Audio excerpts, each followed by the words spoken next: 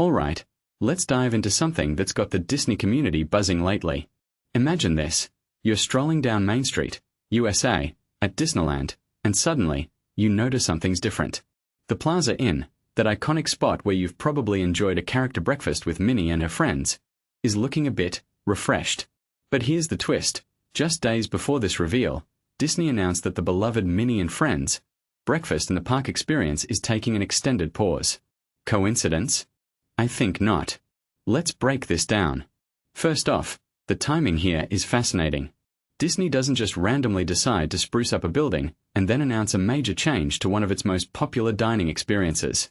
What's really going on behind the scenes? Personally, I think this could be a strategic move to manage guest expectations. By giving the plaza in a shiny new exterior, Disney might be trying to soften the blow of losing the character breakfast, at least temporarily. It's like they're saying, hey, we are still investing in your experience, even if Minnie's not here for a while. Now, let's talk about the refurbishment itself.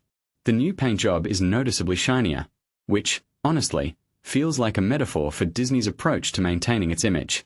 They're not just fixing things, they're making them sparkle. But here's what many people don't realize. This kind of cosmetic update often masks deeper changes. Could this be a prelude to something bigger? Maybe a redesign of the dining experience itself? Or perhaps it's just a way to keep the area looking fresh while they figure out the logistics of the character dining pause. Speaking of that pause, the fact that it was delayed from August 10th to August 17th is intriguing. Why the sudden change? Disney hasn't given us a clear answer, which, in my opinion, is a missed opportunity. Transparency builds trust, and right now, fans are left speculating. Is it staffing issues? A revamp of the character interactions? Or maybe something entirely unrelated? What this really suggests is that Disney is navigating some behind-the-scenes challenges, and they're trying to do it without disrupting the guest experience too much. Here's where it gets even more interesting. The character dining is expected to return in late September, but there's no exact date. This lack of specificity feels deliberate. If you take a step back and think about it, Disney is probably using this pause to test the waters.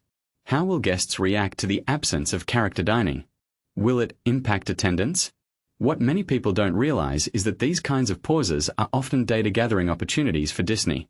They're not just fixing things, they're studying how their decisions affect guest behavior. One thing that immediately stands out is how this connects to a bigger trend in Disney parks. Over the past few years, we've seen more frequent refurbishments, closures, and changes to experiences. From my perspective, this is Disney's way of staying relevant in a rapidly changing entertainment landscape. They're constantly iterating, experimenting, and refining. But here's the deeper question. At what point does this start to feel like too much change? Fans love Disney for its nostalgia, but if things are constantly in flux, does that magic start to fade? Personally, I think this Plaza Inn situation is a microcosm of Disney's broader strategy. They're balancing tradition with innovation, all while managing guest expectations. What makes this really interesting is how they're doing it without explicitly telling us their plan.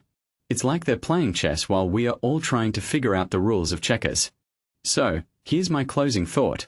As fans, we are not just observers of these changes, we are part of the experiment. Every time we visit the parks, every time we react to an announcement, we are giving Disney data.